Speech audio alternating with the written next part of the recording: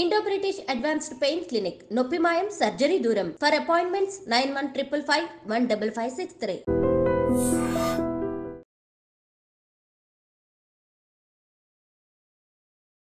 Welcome to iDream media.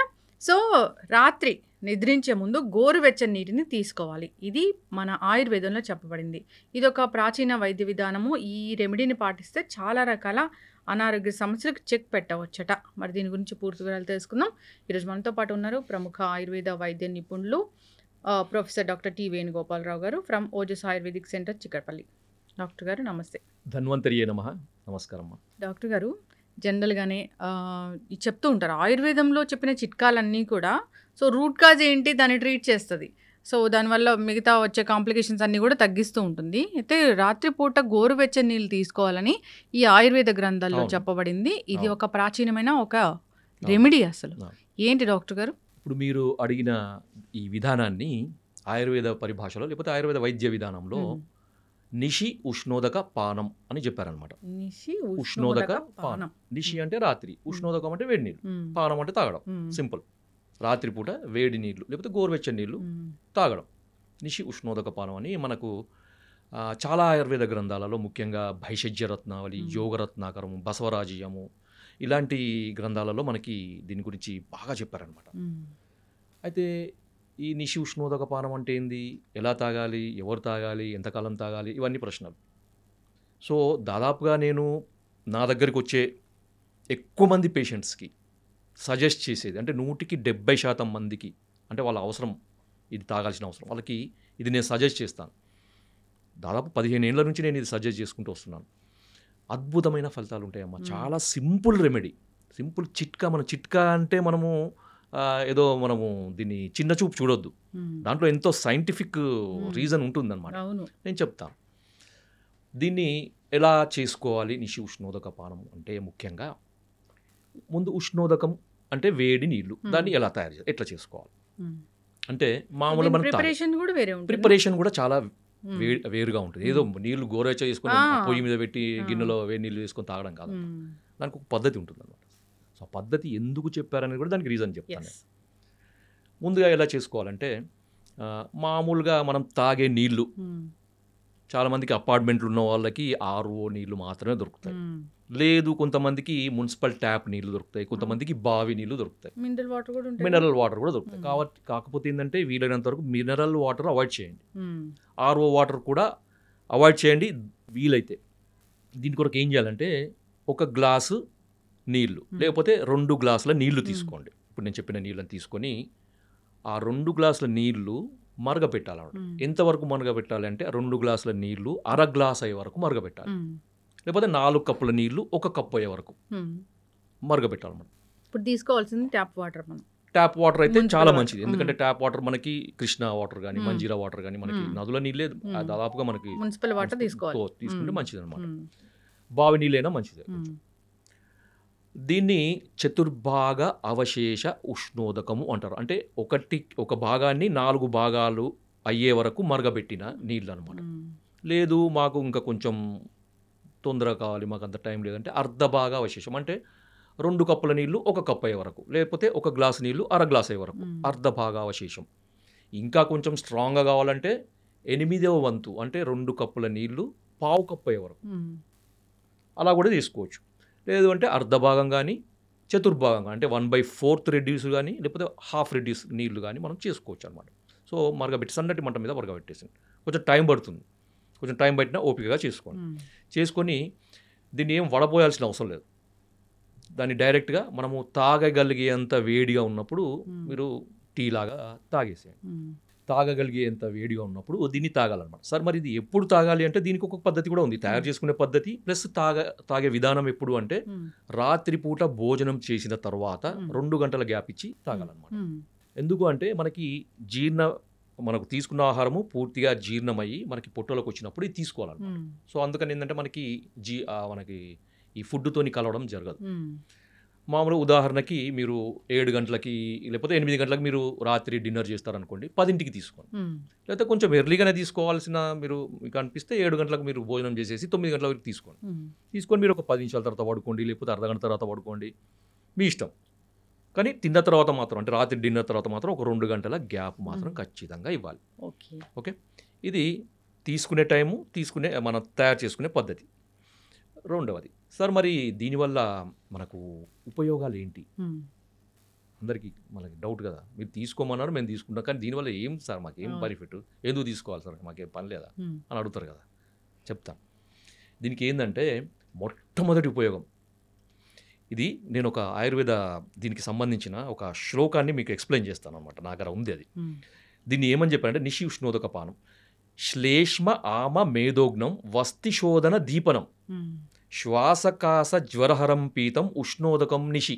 దీంట్లో మనం గమనించాల్సింది ఏంటంటే ఆమదోషము, తర్వాత శ్లేష్మదోషము, తర్వాత మేధోగ్నం, మేధస్సు అంటే ఫ్యాట్. ఎవరైతే ఇంతకుముందు నేను కొన్ని ఒబెసిటీకి వాడే మందులకు అనుగుణంగా అవి వాడుతూ కూడా రాత్రిపూట ఈ ఇప్పుడు నేను చెప్పిన విధానంలో వేడి నీళ్ళు కనుక తాగితే మనకి ఫ్యాట్ కూడా తగ్గుతుంది. ఖర్చు లేని వైద్యం అన్నమాట. కొంతమందికి ఏ మందు వాడడం సార్, మేము ఎక్సర్సైజ్ చేయం, డైట్ చేయం, ఏదైనా టిప్ చెప్పండి అంటే ఇది చెప్తాను. ఇంకొకటి ఏంటంటే శ్వాసకాస పీనసం, అంటే మనకి అలర్జిక్ రైనైటిస్, కొంతమంది లేవగానే తుమ్ములు, దగ్గు, ముక్కు కారడము, కళ్ళు ఎర్రబడి, తర్వాత అంత ఛాతీలో అంత శ్లేష్మ, వీళ్ళందరికీ కూడా ఉపయోగం అనమాట. రెగ్యులర్గా తాగండి. మీకు తీసుకునే మందులకు అడిషనల్గా ఇది కనుక మీరు చేస్తూ ఉంటే మీకు మందులు అద్భుతంగా పనిచేస్తాయి. మందులు ఎక్కువ కాలం వాడాల్సిన అవసరం లేకుండా తక్కువ కాలంలో వాటి రిజల్ట్స్ కనపడతాయి అనమాట. తర్వాత ఇంకొకటి కాన్స్టిపేషన్, ఉదయం లేవగానే చక్కగా మోషన్ అవుతుంది, ఫ్రీగా మోషన్ అవుతుంది. తర్వాత డే అంతా కూడా ఎనర్జెటిక్గా ఉంటారు అనమాట. ఎందుకంటే దీనికి ఆమ దోషహరం అని చెప్పారు. ఆమం అంటే టాక్సిన్స్, అవి బయోటాక్సిన్స్, ఫుడ్ వల్ల వచ్చేవి, మెటబాలిక్ యాక్టివిటీలో వచ్చే టాక్సిన్స్, లేకపోతే రకరకాల టాక్సిన్స్ని మనమి ఆమదోషం కింద, ఆమదోషం అది పెద్ద టాపిక్ అది. సో ఆమదోషం ఉన్నప్పుడు శరీరంలో అంత బరువు, నీరసము, లేకపోతే ఎప్పుడు చిన్న పని చేసిన తొందరగా అలసిపోవడము, లెథర్జీగా ఉండడము, దేని మీద కాన్సన్ట్రేషన్ లేకపోవడము, కొంచెం పని చేసినా కూర్చోవాలనిపించడం, కూర్చున్న తర్వాత పడుకోవాలనిపించడం, పడుకున్న తర్వాత పూర్తిగా నిద్రలో జారుకోవాలనిపించడము, తర్వాత చిరాకు, చిన్నదానికి చిరాకు, ఏదైనా కొద్దిగా సౌండ్ విన్నా కానీ ఆయాసం లాగా రావడం, దడలాగా రావడం, కోపం రావడము, రెస్ట్లెస్నెస్, ఇవన్నీ ఉంటాయి అన్నమాట. ఇవన్నీ కూడా ఆమదోషానికి సంబంధించినవి. సో ఇవి తీసుకోవడం వల్ల ఏమంటే బాడీ డిటాక్స్ అవుతుంది, శరీరంలో ఉన్న మనకి టాక్సిన్స్ అన్నీ కూడా పోతాయి అన్నమాట. పోయి బ్లడ్ ప్యూరిఫై అవుతుంది, మన పేగులలో ఉండే మలం, చెత్త చెదారము, తర్వాత మలం, మన టాక్సిన్స్ అన్నీ కూడా బయటికి వెళ్ళిపోతాయి. వెళ్ళిపోయి మనకి రోజంతా హుషారుగా ఉండేటట్టు చూస్తుంది అన్నమాట. సింపుల్ రెమెడీ, చాలా సింపుల్ రెమెడీ. ఎంత మనకి దీనికి ఏమైనా ఖర్చు ఉందా? ఏం లేదు. నీళ్ళు తాగి పడుకోవడం, పాలు తాగే బదులు పాలు, కొంతమంది జ్యూస్లో తాగే అలవాటు ఉంటుంది, అవన్నీ మానేయండి. మీరు జస్ట్ ఒక నీళ్ళు తాగండి, వేడి నీళ్ళే తాగండి, ఖర్చు లేని పని తాగండి, మీరు ఇవన్నీ బెనిఫిట్స్ వస్తాయి. తర్వాత ఇంకొకటి ఏంటంటే కొంతమందికి స్కిన్ డ్రై అవుతుంది, ఇప్పుడు చలికాలం కదా, స్కిన్లో హైడ్రేషన్ కూడా అవుతుంది, చర్మం మొత్తం తేమగా ఉంటుంది, స్కిన్ కలర్ కూడా పెరుగుతుంది దీంతో. ఎందుకంటే టాక్సిన్స్ అన్ని పోతుంటాయి కదా, బ్లడ్ ప్యూరిఫై అవుతుంది కదా, స్కిన్ కూడా మంచిగా గ్లో పెరుగుతుంటుంది, అది చూడగానే ఏదో హెల్తీగా కనపడుతుంది, ముఖం కూడా తేజస్సుగా కనపడుతుంది. సో ఇన్ని బెనిఫిట్స్ ఉన్నాయి.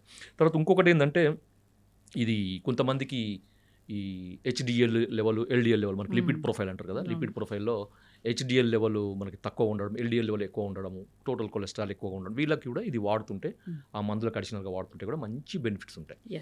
సార్ ఇవన్నీ చెప్పారు. మీరు ఇంట్రెస్ట్ ఉన్న వాళ్ళు ఈ పార్ట్ చూడండి, ఈ లాస్ట్ పార్ట్. ఇది కారణం చెప్తాను నేను ఎందుకు అని, ఎందుకు ఇది ఇంత అద్భుతంగా మీరు చెప్తున్నారు, దీని యొక్క ప్రాముఖ్యత ఏంటిది, అసలు దీని వెనకాల ఉన్న సైంటిఫిక్ రీజన్ ఏంటి.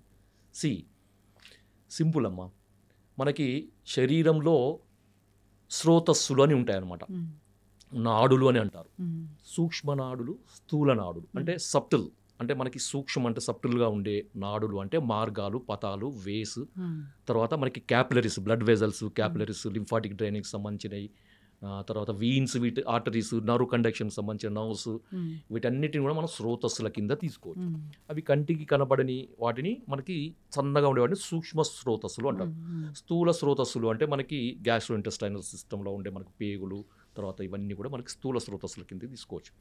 వీటన్నిటి కూడా మార్గాలు అన్నమాట. అంటే మనకి వాత, పిత్త, కఫాలు కానీ, ఆహారం కానీ, తర్వాత రసధాతు కానీ, ధాతులు కానీ, రక్తం కానీ, మలినాలు కానీ, ద్రవ పదార్థాలు కానీ, ఒక మనకి నర్వ్ కండక్షన్ కానీ ఒక దగ్గర నుంచి ఇంకో దగ్గరికి మూవ్ కావాలంటే ఈ స్రోతస్సులు క్లియర్గా ఉండాలి. ఓకే, ఎప్పుడైతే ఈ స్రోతస్సులలో లేదా ఈ మార్గాలలో, ఈ దారులలో అడ్డంకులు ఉంటాయో వాటిని స్రోతావరోధము అంటారు. ఈ స్రోతావరోధము తొలగిపోవడానికి అగ్నితత్వం కావాలి.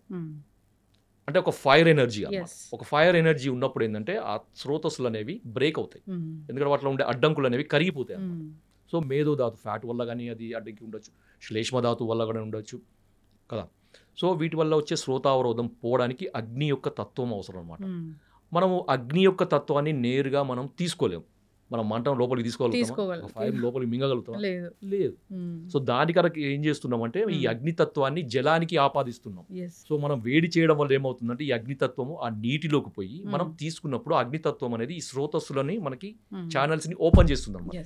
సో అప్పుడు ఈ శ్రోతావరోధం తొలగిపోయి అవి ఛానల్స్కి అంత రక్త ప్రసారం బాగా జరుగుతుంది, నర్వ్ కండక్షన్ బాగా జరుగుతుంది, మనకి ఆహారం యొక్క జీర్ణ వ్యవస్థకు సంబంధించిన మూమెంట్స్ అవన్నీ కూడా నార్మల్గా ఉండి ఆరోగ్యం చేయకూడదు. ఇది దీంట్లో ఉండే సైంటిఫిక్ రీజన్. ఖచ్చితంగా డాక్టర్ గారు చాలా చక్కగా చెప్పారు. ఎన్నో ఏళ్ళ ఎక్స్పీరియన్స్ మీది ఈ ఆయుర్వేదంలో. చాలామంది అంటే మాకు డయాబెటీస్ తగ్గింది, సోరియాసిస్ తగ్గింది, మేము వెయిట్ లాస్ అయ్యాము, సో మాకు గ్యాస్ట్రిక్ ఇష్యూస్ ఉంటే తగ్గాయి, ఇలా చెప్తూ ఉంటారు మీ దగ్గర వచ్చినప్పుడు. చాలామంది విన్నాను నేను. సో ఆయుర్వేదానికి ఇంకా ప్రాచుర్యం కావాలి, ఆయుర్వేదం ఇంకా జనాల్లోకి వెళ్ళాలి. మీరు మాకు రెగ్యులర్గా ఇంటర్వ్యూస్ ఇస్తూ ఉండండి. ఈ మాధ్యమాల ద్వారా చాలా చక్కటి ఇన్ఫర్మేషన్ అనేది వెళ్తూ ఉంటుంది.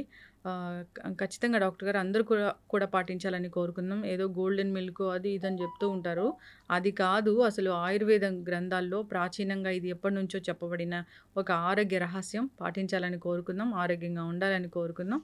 ధన్యవాదాలు డాక్టర్ గారు. జై ఆయుర్వేద.